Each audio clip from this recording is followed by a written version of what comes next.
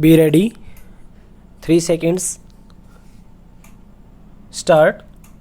He contacted the relatives of the accused for return of his sister. Stop. He did not lodge the report immediately as the owner of the family was involved. Stop. It was only after few days that when his sister did not return and there was no help from the relatives of the accused that he made the complaint on 28th September 1989 to the superintendent of police, who marked the complaint to the circle officer, and the FIR was registered on 30th September 1989. Stop. The delay in registration of the FIR is thus reasonably explained. Stop. The High Court was in grave error in concluding that there was no reasonable and plausible explanation for the belated FIR and that it was lodged after consultation and due deliberation, and that creates doubt about the case. Stop.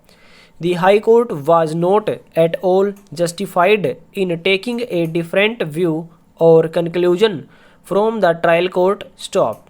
The judgment of the High Court is vitiated by non-consideration of the material evidence and relevant factors eloquently emerging from the prosecution evidence. Stop.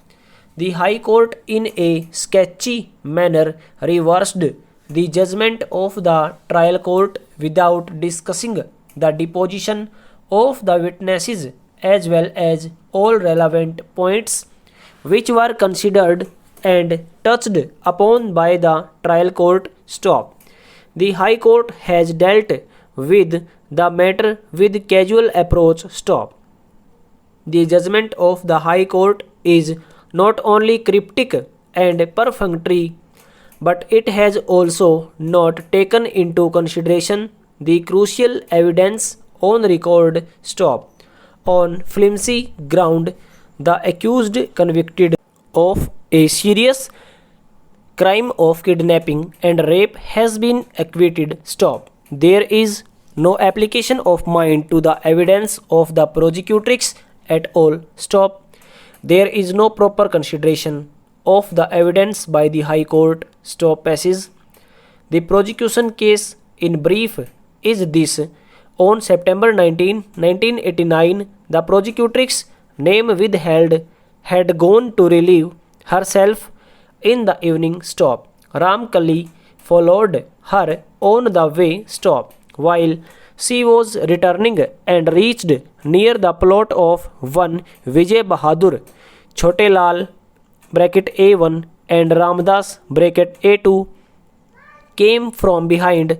A1 caught hold of her, and when she raised alarm, A1 showed firearm to her and gagged her mouth. Stop. A1 along with A2 and A3 brought the prosecutrix up to the road. Stop. There A3 parted company with A1 and A2. Stop. A1 and A2 then took the prosecutrix to village Sahora. Stop.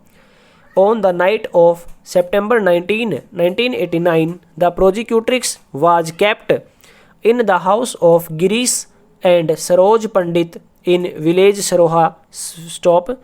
On the next day, that is September 20, 1989, in the wee hours, A1 and A2 took the prosecutrix in a bus to Shahjahanpur, where she kept in a rented room for few days. Stop. During their stay in Shahjahanpur, A1 allegedly committed forcible intercourse with the prosecutrix. Stop. Whenever prosecutrix asked for return to her house, A1 would gag her mouth and threaten her. Stop. In the meanwhile, Rampal, brother of the prosecutrix, made a complaint to the superintendent of police, Hardoi, on September 28, 1989 that A1, A2 and A3 have kidnapped her sister (prosecutrix) on September 19, 1989. Stop. Based on this complaint, the first information report (FIR) was registered on September 30, 1989. Stop.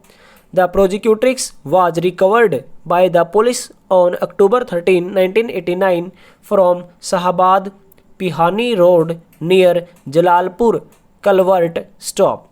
On that day itself, the prosecutrix was sent for medical examination to the Women Hospital Hardoi, where she was examined by Dr. Shakuntala Reddy. Stop.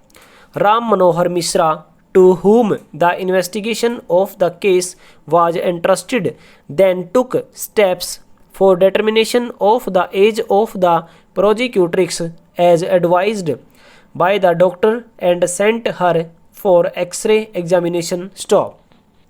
On September 17, 1989, the prosecutrix was produced before the Judicial Magistrate 1 Hardoi, where her statement under Section 164 CRPC was recorded by the Judicial Magistrate. Stop. Passage. A1 was arrested on December 2, 1989. Stop. On completion of investigation, A1 was charge sheeted for the offences punishable under various sections of the Indian Penal Code (IPC). A2 was charge sheeted under Section 363, 366 and 368 IPC, and A3 under Sections 363 and 366 IPC. Stop.